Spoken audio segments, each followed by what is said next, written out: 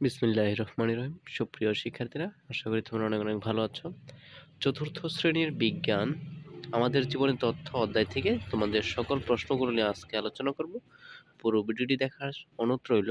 তো প্রিয় শিক্ষার্থীরা, তোমাদের যাদের সামনে বার্ষিক পরীক্ষা, তো বার্ষিক পরীক্ষার সিলেবাস অনুযায়ী আমি তোমাদের সেই সাজেশনগুলো দিচ্ছি এবং প্রশ্ন উত্তরগুলো দিচ্ছি। তোমরা যারা শিখতে পারছো না বা শেখোনি, আমি তোমাদের বুঝে বুঝে প্রশ্নগুলো ধরে ধরে বুঝিয়ে দিব। তোমরা মনোযোগ সহকারে পুরো ভিডিওটি দেখবে এবং যদি আমাদের বেড়াল স্টাডি চ্যানেলটিতে তোমরা নতুন হয়ে থাকো, তাহলে চ্যানেলটি সাবস্ক্রাইব করে বেল বাটনে ক্লিক করে রাখবে, যেন আমাদের দেওয়া প্রত্যেকটি সাজেশন তোমাদের কাছে চলে যায়। তো চলো শুরু করা যাক। তো তোমাদের এখানে প্রথমে যে কাজটি রয়েছে, শূন্যস্থান পূরণ। শূন্যস্থান পূরণ তোমরা দেখতে পাচ্ছ যে আমাদের জীবনকে সহজ করে তথ্য ও ড্যাশ প্রযুক্তি, তাহলে এখানে হবে কি যোগাযোগ প্রযুক্তি হবে।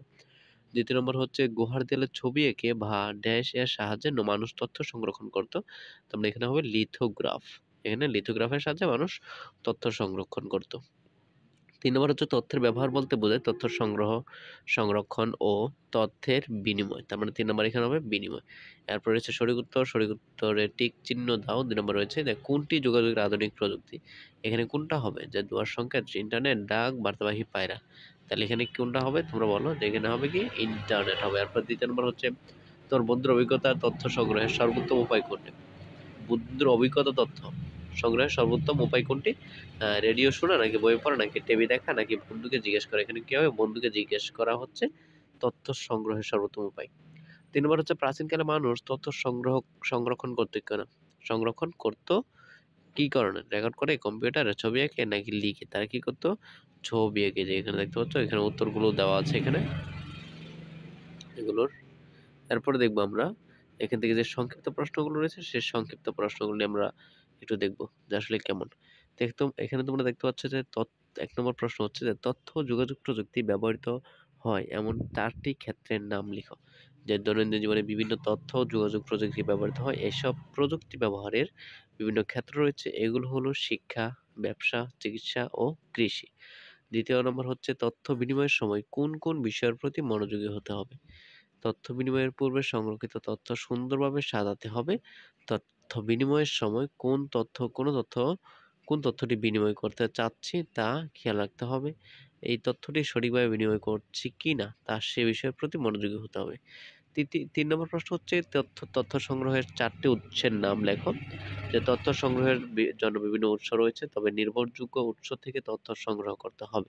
তবে সংগ্রহের ৪টি উৎসের নাম নিচে দেওয়া হলো, যে সংবাদপত্র, বই, রেডিও ও ইন্টারনেট। এগুলো হচ্ছে তথ্য সংগ্রহের ৪টি উৎসের নাম। মানে হচ্ছে আমরা যে জায়গা থেকে ৪টি আ ও তথ্যগুলো সংগ্রহ করে থাকি। বিশেষ করে সংবাদপত্র, বই, রেডিও, ইন্টারনেট এগুলো থেকে সংগ্রহ করে থাকি। এরপর হচ্ছে তথ্যের বর্ণনামূলক প্রশ্নগুলোর মধ্যে যে তথ্যের যথাযথ ব্যবহারের ৪টি ধাপ ব্যাখ্যা করো। আমরা ৪টি ধাপ নিয়ে আলোচনা করব। তোমরা পুরোপুরি মনোযোগ সহকারে দেখবে এবং যারা চ্যানেলটিতে সাবস্ক্রাইব করোনি, তোমরা এখনই চ্যানেলটি সাবস্ক্রাইব করে বেল বাটনে ক্লিক করে রাখো।